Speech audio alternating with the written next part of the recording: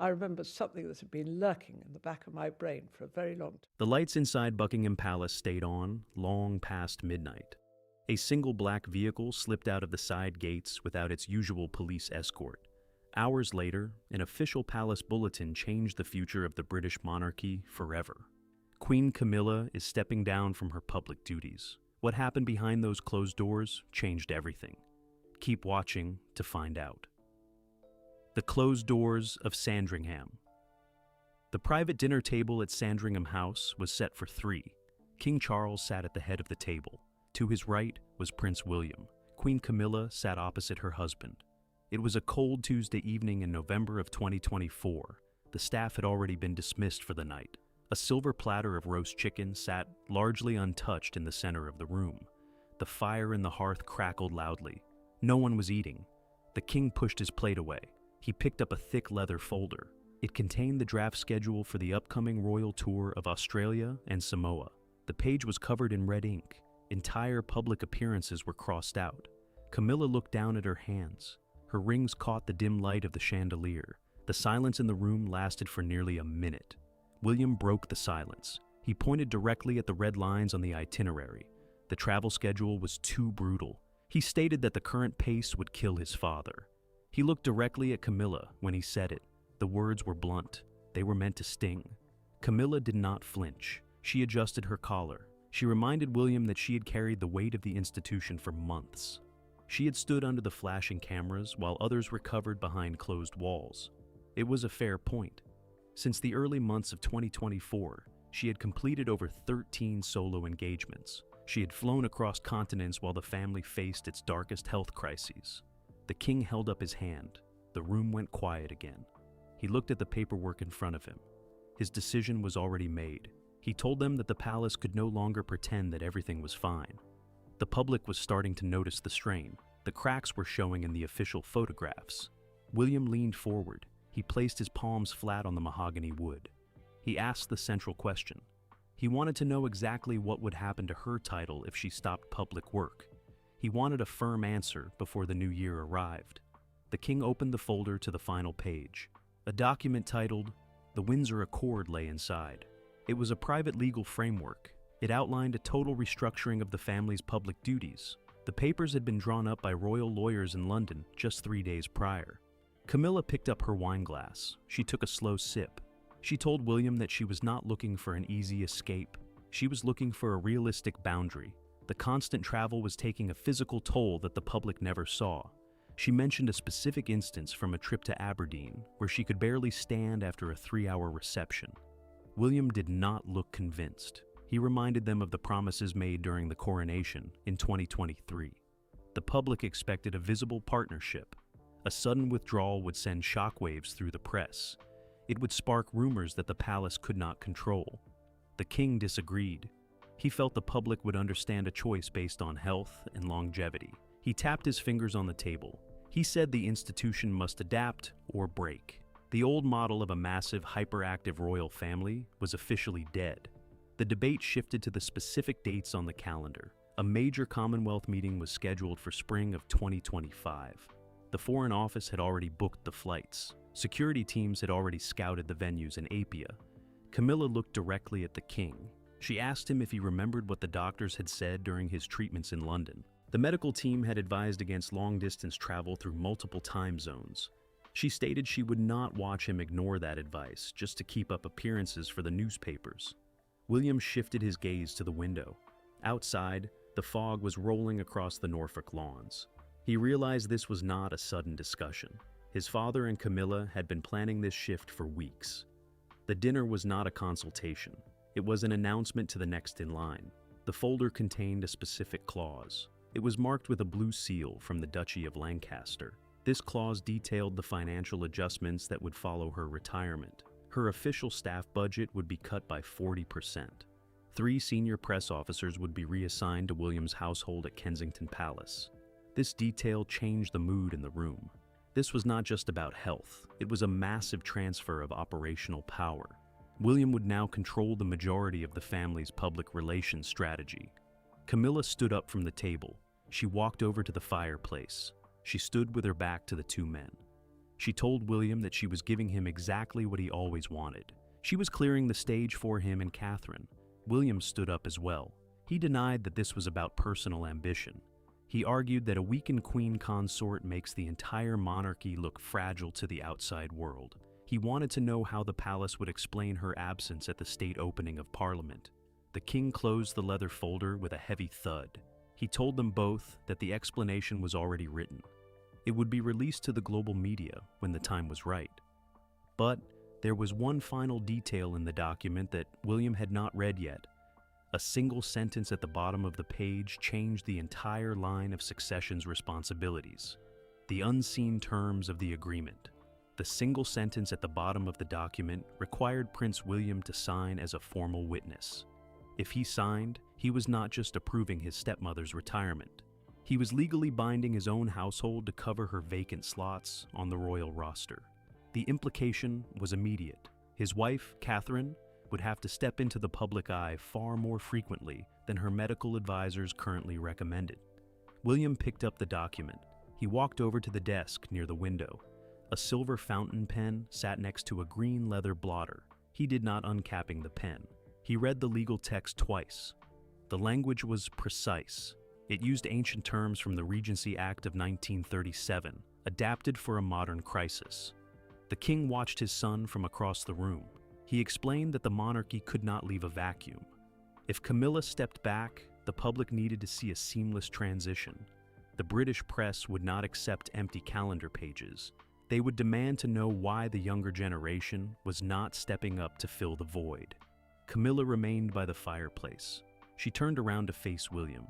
She stated that she had already given up her patronages with the Royal Commonwealth Society. Those charities needed an active patron immediately. She suggested that Catherine take them over before the upcoming winter gala. William shook his head.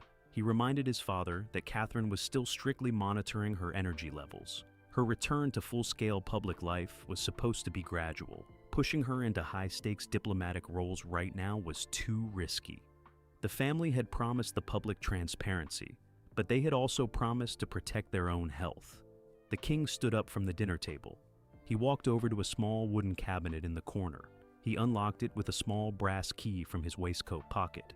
He pulled out a red leather dispatch box. This box did not come from the standard government offices in Whitehall. It was marked with the personal insignia of the Archbishop of Canterbury. Inside the box lay a secondary agreement. This paper was dated October of 2024. It was a confidential memorandum regarding the spiritual and legal duties of the Queen Consort during a state emergency. The document revealed that Camilla had already signed away her right to act as a counselor of state. This was a massive revelation. Counselors of state are the high-ranking royals who can legally step in for the monarch if he is ill or abroad. By surrendering this right, Camilla was effectively cutting her legal ties to the governance of the realm. She was reducing her role to a purely ceremonial title. William looked at the signatures on the bottom of the memorandum. He recognized the elegant handwriting of the Prime Minister, Keir Starmer.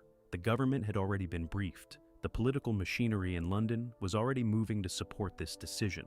William realized he was the last person in the inner circle to be informed. The king explained the logic behind the government's involvement.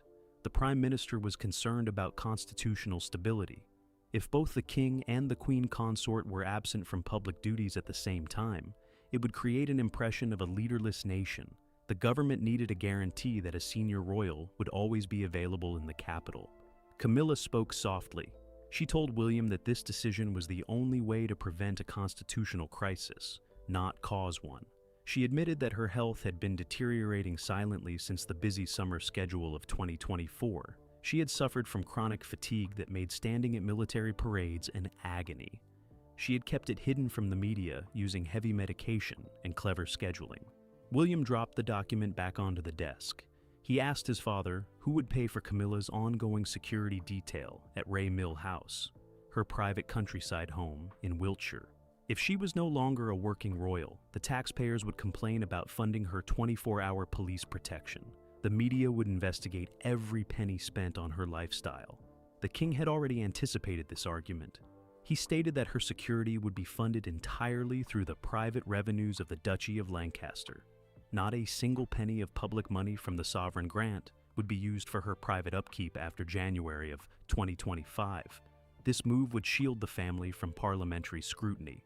This financial detail did not entirely calm William. He knew that the line between public and private money was always blurry to the public. He pointed out that the anti-monarchy groups in the UK would still use this transition to demand a full review of royal finances. It was a weapon given directly to their critics. Camilla walked over to the desk. She looked down at the pen in William's hand. She told him that survival required sacrifice. She reminded him of how Queen Elizabeth II had managed her final years by quietly transferring duties to Charles without making grand announcements. The only difference here was that they were being honest about the limits of human endurance. The room grew colder as the fire began to die down. William looked back at the document on the desk. He knew that if he refused to sign as a witness, the palace would still move forward with the plan. His refusal would only create an internal rift that the press would eventually discover. A divided house could not survive the upcoming year. He uncapped the silver pen. He placed the tip against the parchment. He looked at his father one last time. He asked for a solemn promise that Catherine's schedule would remain under his sole control, regardless of how many empty slots Camilla left behind. The king nodded slowly. He gave his word as king and as a father. William signed his name at the bottom of the page. The ink dried quickly under the dim lamp. The document was now legally complete. The modern British monarchy had just undergone its most significant structural shift since the abdication crisis of the previous century. But the immediate problem was no longer the legal paperwork. The problem was the palace staff. The rumors had already leaked beyond the walls of Sandringham. Down the hallway, in the long gallery, an aide was waiting with an urgent message from the communications team in London. The press had just received a tip about a secret meeting, and the phone lines were starting to ring. Whispers in the long gallery. The heavy oak doors of the dining room swung open. A young press secretary named Thomas Thorne stepped into the room. He held a secure black tablet in his hand. His face was completely pale. He did not look at the king. He looked straight at Prince William. He reported that a senior editor at the Sun newspaper had just sent an email to the palace press office. They had the names of the lawyers who traveled from London. They knew about the private legal framework. The king did not look surprised. He remained seated. He asked Thomas exactly how much the newspaper planned to publish in the morning edition. Thomas explained that the press believed Queen Camilla was leaving the country entirely. The current rumor in Fleet Street was that she was moving to a permanent estate in the south of France. Camilla let out a short, sharp laugh. She walked over to the windows facing the inner courtyard. She stated that the press always chose the most dramatic lie when they lacked the actual facts. She had no intention of leaving England. She simply wanted to spend her remaining years reading by her own fireplace without a camera crew outside her door. William took the tablet from the secretary's hand. He scrolled through the leaked details. The leak was highly accurate regarding the financial cuts. Someone within the financial office at Clarence House had talked. This was an internal betrayal. It was not a random guess by a reporter. The prince demanded an immediate lockdown of all internal communications. He wanted the servers at Buckingham Palace checked for unauthorized emails. He stated that the family could not negotiate its future while its own staff sold information to the highest bidder. The level of distrust inside the palace walls had reached a dangerous peak. Thomas explained that the press office had exactly 20 minutes to respond before the newspaper went to print. If they stayed silent, the front page would announce a total royal divorce. If they confirmed the document, they would have to explain the massive reduction in Camilla's public duties immediately. The king stood up and walked toward the center of the room. He ordered Thomas to issue a standard temporary denial. He wanted the statement to say that the family was holding routine administrative meetings regarding the upcoming winter calendar. It was a classic delay tactic. It bought them 12 hours of silence. The secretary nodded quickly and left the room. The door closed with a loud click. The three royals were alone again. The atmosphere had changed from a private family debate into a full-scale crisis management meeting. The luxury of taking time to plan the announcement was gone. William turned to his father. He argued that the temporary denial would only make the press more aggressive. Reporters would spend the night digging into the travel records of the lawyers. By tomorrow afternoon, the entire story would be public. The palace would look like it was hiding a massive secret instead of managing a planned transition. Camilla agreed with William. She looked at the king and suggested that they control the narrative by releasing the official announcement immediately. She wanted the truth out on their own terms. She did not want the public to think she was being forced into hiding by the rest of the family. The king walked over to his writing desk. He opened a drawer and pulled out a small piece of blue stationery. He wrote down 3 bullet points. He stated that the statement must focus on efficiency. The public must see this as a modernization effort, not a medical emergency or a family dispute. He read his notes aloud. The statement would declare that the Queen Consort would transition to a supporting role. She would focus primarily on literacy programs and domestic violence charities. She would no longer attend foreign tours or state dinners. Her public appearances would be reduced by 80%. William pointed out a major flaw in the plan. He asked who would host the upcoming incoming state visit from the President of the United States. The dinner was scheduled for early January. Protocol dictated that the Queen Consort must sit next to the visiting head of state. The room fell silent again. The fire in the hearth was now just glowing embers. The lack of a Queen Consort at a major state dinner was unprecedented in modern times. It would look like a broken court. Camilla looked at William. She suggested that he and Catherine host the dinner alongside the king. She stated that it was time for the public to get used to seeing the future king and queen handle the heaviest diplomatic burdens. She was willing to step aside to let them shine. William felt the pressure increasing. He knew that accepting this responsibility meant accelerating the timeline for his own reign. He was being pushed into the center of the stage before he felt fully prepared. The health of his wife was still his main priority, yet the survival of the crown demanded immediate sacrifices. A knock on the door interrupted them again. It was Thomas Thorne returning with a second update. The temporary denial had been sent, but the editor of the newspaper had responded with a single question. They wanted to know why Queen Camilla's personal security car had been seen loading luggage from her London residence earlier that afternoon. Camilla turned around from the window. She admitted that she had ordered her personal belongings to be moved to Wiltshire 2 days ago. She had not told the king because she wanted to avoid an argument. She had already started her exit before the legal papers were even drafted. The king looked at his wife with genuine sadness. He realized that she had reached her limit long before this dinner began. The crown had asked too much of her over the past 2 years. She had given everything she had to support him during his illness, and now she had nothing left to give to the public. William watched the interaction between his father and stepmother. His anger began to fade, replaced by a cold realization. The structure of the family was genuinely collapsing under the weight of its duties. They were running out of people to do the work. He looked at the secretary and told him to tell the newspaper that the luggage was part of a routine seasonal transfer of wardrobe. He then told Thomas to assemble the entire communications team at Kensington Palace at 6 o'clock the next morning. They were going to write the final announcement themselves, without the input of the senior courtiers. The secretary left the room for the final time. The midnight deadline had passed. The first edition of the newspapers was already hitting the streets of London, but the real story remained locked inside the walls of Sandringham. The family had survived the night, but the true battle for public opinion would begin at dawn. The shadow of the next reign. Dawn arrived at Kensington Palace with a thick blanket of gray fog. Inside the library, Prince William stood near a large mahogany desk. He looked at the printed stack of morning newspapers. The temporary denial issued from Sandringham had kept the absolute truth off the front pages. But the press was clever. One headline asked why the palace was holding emergency meetings so close to the winter season. Another column openly questioned the sudden movement of vehicles at Queen Camilla's private home. The media could sense a deep shift in the royal household. William checked his watch. It was exactly 6 in the morning. His chief communications advisor entered the room carrying a silver tray with black coffee. There were no pleasantries exchanged. The advisor placed a document draft on the desk.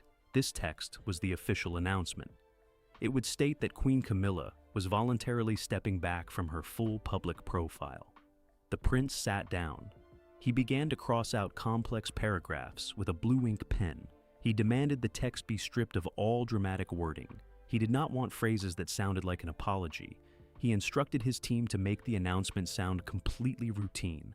The public needed to see this as a logical transition. It could not look like a sudden flight from duty. The main obstacle was the public reaction. For decades, the public had watched a massive team of senior royals share the burden of public appearances. That old network was gone. If Camilla stepped away from her solo patronages, the math did not work anymore. The burden would fall entirely on William and Catherine. William leaned back in his chair. He looked at a portrait of his grandmother, Queen Elizabeth II, on the wall. She had always insisted that a monarch must be seen to be believed. If the younger generation stayed behind closed gates to protect their privacy, the very foundation of the crown would weaken. Yet, he knew the physical cost of ignoring human limits. He had just witnessed his stepmother break under that exact pressure. By 7 o'clock, a secure phone line rang on the desk. It was King Charles calling from Sandringham. The king's voice sounded tired, but incredibly firm. He told his son that the Prime Minister had called again from Whitehall. The government wanted the announcement released before the stock markets opened in London. Political advisors worried that prolonged rumors about the Queen's status would spark unnecessary stories about constitutional instability. The king made one thing very clear during the call. He told William that the final statement must not frame Camilla's decision as a medical failure. It had to be framed as an act of absolute devotion to the king's own schedule. She was stepping back from her independent duties so she could focus entirely on supporting her husband during his ongoing recovery. It was a subtle distinction, but it changed how the public would judge her. It made her look like a dedicated spouse rather than an exhausted official. William agreed to the strategy. He hung up the phone and looked back at his staff. He told them to insert a specific sentence about the Queen's deep affection for her charities. He wanted it noted that she would remain an honorary patron of her core literacy programs. She would simply stop attending the crowded public receptions and the exhausting overseas tours. The door to the library opened quietly. Catherine walked into the room. She was dressed in a simple navy blue wool sweater. She looked at the papers scattered across the desk. She did not ask to read them. She already knew the contents. She sat on the sofa near the window and looked out at the palace gardens. William walked over to his wife. He admitted that the final document had been signed the night before. He explained that her own public calendar for 2025 would have to change. They could no longer protect her timeline as closely as they had planned. The public would demand her presence at the state opening of Parliament. They would expect her at the upcoming diplomatic dinners. Catherine spoke calmly. She stated that she had always known this moment would come. The timeline had simply accelerated. She reminded William that the public was far more understanding than the media believed. People did not want a perfect, tireless family.